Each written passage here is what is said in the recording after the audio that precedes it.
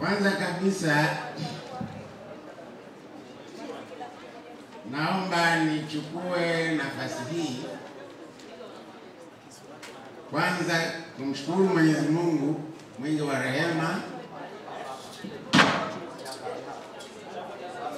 kuniwezesha kufika hapa Zanzibar katika ukumbi huu kuungana nanyi katika kusherehekea siku hii maalum na muhimu ya watakwimu duniani. La pili ni kuishukuru Serikali ya Mapinduzi ya Zanzibar kupitia mtakwimu mkuu wa sasa hivi ambaye naamini katika uchambuzi na mapitio ya watumishi ambao waliwahi kufanya kazi katika ofisi hii, akaona kwamba nifike leo ili niungane nanyi katika kusherehekea siku hii. Na mimi ninapenda nimshukuru sana kwamba jicho lake alipiga darubini akaona kwamba bado ni hai, na hivi sasa nimefika umri wa miaka 80 na miezi miwili.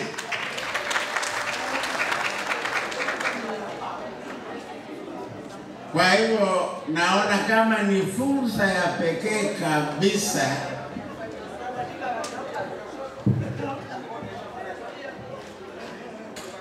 kwamba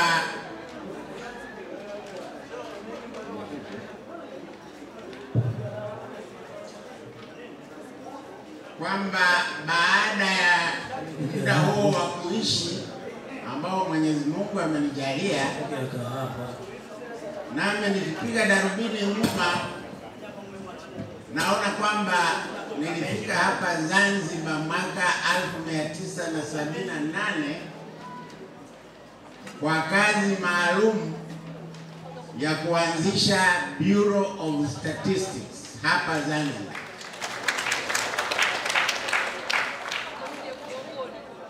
Kipindi kile hadidu zangu za rejea nilizopewa nilipoitwa Ikulu kwa aliyekuwa rais wa Zanzibar na mwenyekiti wa Baraza la Mapinduzi Mzee Abud Jumbe, wakati ule alinieleza akasema kwamba mtaala, tumekuita hapa kwa kazi maalum na muhimu, lakini ni kazi ngumu. Kazi ya takwimu, watu wengi hawajui takwimu ni kitu gani. Kwa hiyo utakuwa na kazi kubwa kwanza ya kutoa elimu, watu waelewe takwimu ni nini, na baadaye utatumia utaalamu wako ili kutuwekea takwimu kwa ajili mahususi kwa ajili ya jambo moja kubwa. Tumeambiwa kwamba ili kuchangia gharama za muungano, ni lazima takwimu ziwepo, kujua idadi ya watu na ile index ya kitakwimu ambayo inaitwa GDP. Hivyo viwili vikifahamika na kujulikana, basi mtaweza kututengenezea mahesabu yatakayotuwezesha ni nini Zanzibar ichangie gharama za mkutano. Hizo ndizo zilikuwa ahadi za rejea zilizopewa, na nikapokelewa vizuri na watumishi niliowakuta kipindi kile. Majina siyakumbuki, lakini nakumbuka nilikuwa na wasaidizi wawili. Mmoja alikuwa anaitwa Abdul, mwingine Saidi, na mwingine alikuwa Zanzibar. Kwa hiyo kazi kubwa niliyoifanya kipindi kile ilikuwa kwanza ni kujiweka sawa, ili nijue kama watu hawajui takwimu ni nini, sasa nitafanya nini. Kwa hivyo nilichokifanya, nilianza mchakato kwanza wa kufundisha watu, tukafanya semina, na baadaye tukaendelea kwa mashirikiano na watakwimu wengine kutoka Tanzania bara, wengine tuliwapata kutoka Uganda. Na katika kufanya hivyo tukaanza kukusanya takwimu, kuzipanga, kuzichambua, na tukafanikiwa kuandika kitabu cha kwanza. Publication ya kwanza ya takwimu ikaweza kutoka kabla mimi sijaondoka. Maana nilipewa miaka miwili tu kukaa, na katika kipindi hicho tuliweza kufanya mafunzo. Wengine walipelekwa nje ya nchi kwa ajili ya kujifunza takwimu, na baadaye wakarejea kwa ajili ya kuendeleza kazi ambayo tulikuwa tumeanzisha, na ambayo nafurahi mpaka sasa hii kazi inaendelea vizuri. Tumshukuru Mungu kwa ajili yake. Kwa hivyo ni fursa ya pekee kwamba mtakwimu mkuu wa Zanzibar alipojua kwamba bado ni hai. Kwa hivyo nimeweza kurudi Zanzibar baada ya miaka 45. Baada ya kuwa nimeondoka hapa mwaka 1980. Sasa miaka 45 ni karibu nusu karne. Kwa hivyo Mungu amenipa upendeleo maalum sana kwamba nimerejea Zanzibar nikiwa bado nina nguvu na kuweza kuzungumza. Sasa sijui nitoe nasaha gani. Nafikiri nasaha ya kutoa niseme kwamba tuendeleze kuweka msisitizo na umuhimu wa ile definition ya statistics. Niishi kama ilivyo. Maana yake takwimu ni kukusanya taarifa, kuzipanga, kuzichambua, kuzifanyia tathmini kwa lengo la kufanya maamuzi mbalimbali, yawe ni maamuzi ya kiuchumi, ya kisiasa, ya kielimu, ya kimediko. Kwa hivyo lengo kubwa linakuwa ni kukusanya takwimu na kuzipanga na kuzitengeneza kwa ajili ya decision making. Hivyo ndiyo definition kubwa tunayoishi kwa takwimu. Na mimi takwimu nimeziishi hivyo, kwamba nilikumbana na neno statistics ikiwa bado mdogo mwaka 1967 nikiwa chuo kikuu mwaka wa kwanza, lakini pia nikiwa pale nikapata fursa ya kuombwa niwe mwalimu wa wanafunzi wa takwimu wa mwaka wa kwanza, wakati nilikuwa mwaka wa pili, na pia kuwafundisha ambao walikuwa wanasoma somo la uchumi.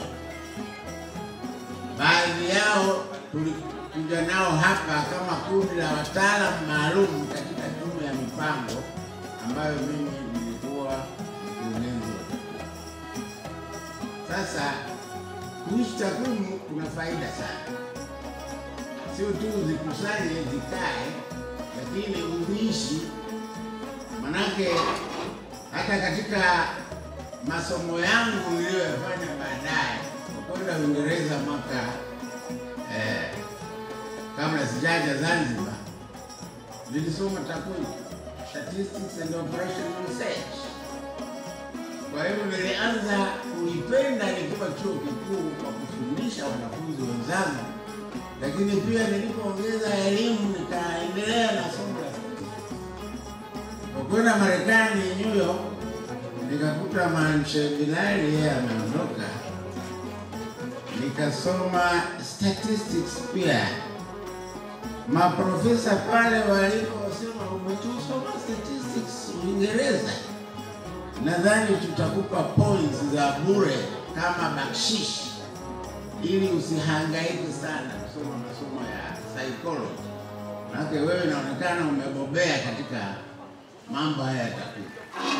Sasa hilo lilinipa na imani kwamba kumbe kujua takwimu sio tu kuzikusanya, lakini pia kujua mpangilio wake na namna unavyoweza kuzitumia kielimu na baadaye ukazitumia katika manufaa ya kufanya maamuzi ya kiuendeshaji wa ofisi, serikali na mambo mbalimbali. Kwa hali hiyo mimi najiona kama nimebahatika sana kwamba nilikuja hapa miaka hiyo nikaelezwa kwamba statistics zina ugumu hapa, lakini wenyeji mlinipokea, tukafanya kazi pamoja na tukafanikiwa kutoa takwimu ambazo zilisaidia katika mipango ya Serikali ya Mapinduzi ya Zanzibar. Tukafanya mipango ya kuelimishana, watu wakaelimishwa, na mpaka sasa ofisi ya takwimu imesimama imara. Mkurugenzi alikuwa ananionyesha jengo la takwimu ambalo sasa mnalo. Kipindi kile tulikuwa mtaa wa Vuga, tumejificha ndani ya majengo madogo madogo wakati ule. Sasa naona maendeleo ni makubwa. Ofisi ya takwimu ina ofisi nzuri. Kwa hivyo hongereni sana. Hongereni sana.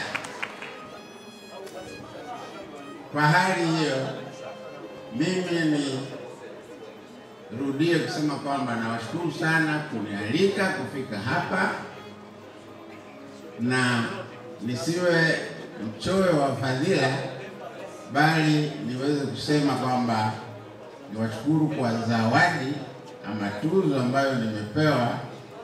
Hii nitakapowaonyesha wajukuu zangu na hata mtoto wangu aliyenisindikiza, bahati mbaya sikuja nayo ndani hapa. Kipindi kile anasoma shule ya vidudu kule saa 10. Mimi nampeleka shule ya vidudu, mimi nakwenda ofisini. Sasa hivi anasema, lakini baba, unakumbuka ulikuwa unanipitisha hapa bila mimi kujua. Sasa naona Zanzibar imebadilika sana. Sasa bahati nzuri na yeye pia ni mwalimu na huwa anakuja Zanzibar kwa ajili ya shughuli za kielimu. Naye pia ni dokta, amekuwa tayari anafundisha chuo kikuu cha Dar es Salaam. Kwa hiyo ni bahati kwamba nimekuja hapa kwa shughuli hii na nikapata tuzo ambayo naweza nikashare na wengine kwamba kumbe ule utaalamu na fursa niliyoipata akiwa expatriate katika nchi yangu upande wa Zanzibar imezaa matunda. Matunda yake ni hii tuzo ambayo nimepata siku hii ya leo ya siku maalum ya takwimu duniani. Nadhani kama ni kuandika kitabu cha kumbukumbu itabidi nifanye bidii, na niombe Mwenyezi Mungu aniongezee muda ili niweze kufanikisha azma hii ya kuweka hii katika kumbukumbu.